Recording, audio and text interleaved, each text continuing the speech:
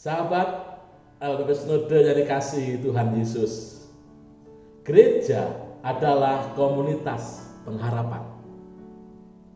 Gereja disebut sebagai komunitas pengharapan karena di sana setiap pribadi yang bersekutu memiliki pengharapan dalam hidup, dalam iman kepada Kristus sebagai sumber kehidupan.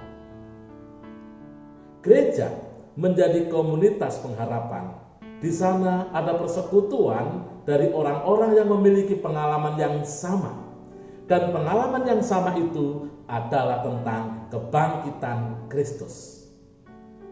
Kisah para Rasul pasal yang kedua ayat yang ke-41 sampai 47 menceritakan tentang hal itu. Umat Allah yang memiliki pengalaman yang sama tentang kebangkitan Tuhan terpanggil untuk bersekutu dan berbagi satu sama lain. Mereka beribadah di rumah ibadah dan selanjutnya peribadatan itu dilanjutkan di rumah masing-masing. Antara rumah ibadah dan keluarga menjadi tempat di mana komunitas paguyuban mengalami Allah.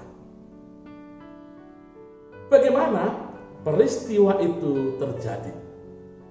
Kita bisa membaca pada ayat 41. Diceritakan dalam Kisah para Rasul 2 ayat 41 tentang orang-orang yang menjadi percaya kepada Tuhan Yesus.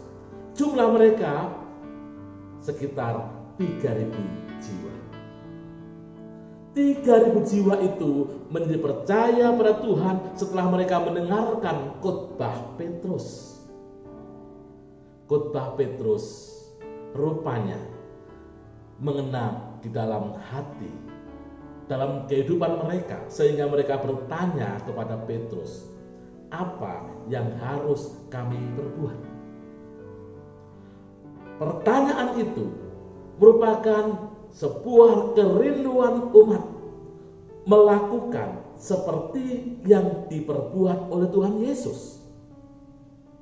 Kebangkitan Tuhan sebagaimana diwartakan oleh Petrus mengubah kehidupan orang-orang itu dan mereka menjadi percaya kepada Tuhan. Sebagai komunitas, mereka bersekutu. Dan persekutuan itu tidak hanya bagi mereka sendiri, karena pada akhirnya mereka menyebar. Mereka bersaksi tentang Kristus. Kesaksian tentang Kristus itu pada akhirnya menjadikan banyak orang mengalami Kristus, dan Alkitab mengatakan makin hari Tuhan menambahkan jumlah mereka dengan orang-orang yang diselamatkan. Sahabat LDP Snode yang dikasihi Tuhan, persekutuan paguyuban umat beriman yang percaya kepada Allah hingga saat ini masih berlangsung. Dan itulah kita, itulah gereja. Persekutuan itu hingga saat ini masih terjadi, dan di sana setiap pribadi rindu untuk membagikan kehidupannya. Setiap pribadi rindu untuk berbagi, membagikan pengalaman iman akan Kristus. Dan inilah gerak gereja, gerak persekutuan ke dalam dan keluar. Gereja sebagai paguyuban, yaitu komunitas yang menerima diri untuk menjalankan perutusan Allah. Dan di tengah-tengah situasi seperti saat ini, persekutuan paguyuban dibutuhkan. Persekutuan yang saling meneguhkan satu sama lain. Sehingga dengan gerak itu kita menjadi komunitas yang membagikan kehidupan, baik di dalam persekutuan maupun gerak menyebar di tengah-tengah masyarakat. Sahabat LP Sinode yang dikasihi Tuhan Yesus, itulah gereja. Dan bagaimana kita menghidupi gerak persekutuan kita melalui serial pembinaan gereja paguyuban pembangunan jemaat ini.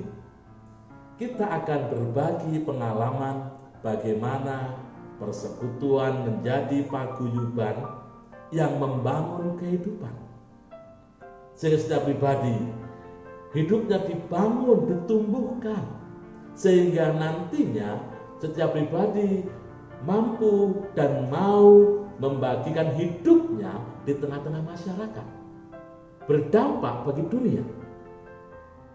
Serial pembinaan ini akan difasilitatori oleh sahabat-sahabat kita dari kelompok kerja Jaringan Pembinaan dan Pengadilan Sinode GKJ dan GKI SU Jawa Tengah di wilayah Banyumas, dan juga oleh para pendeta pelayan pembinaan dan pengadilan LPP Sinode GKJ dan GKI SU Jawa Tengah.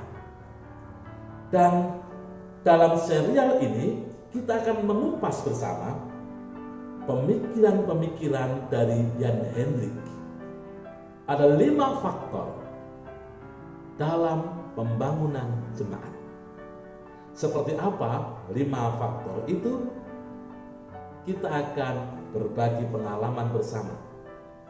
Dan kami sangat senang jika sahabat-sahabat yang memiliki pengalaman kehidupan yang diubah oleh Allah, pengalaman tentang Tuhan Yesus, diteguhkan dalam komunitas, siap untuk membagikan diri bagi dunia, bersedia berbagi kisah-kisah itu. Kami persilahkan sahabat-sahabat menuliskan kisah-kisah itu di kolom komentar. Sahabat LPP Sinode yang dikasihi Tuhan, mari kita belajar bersama.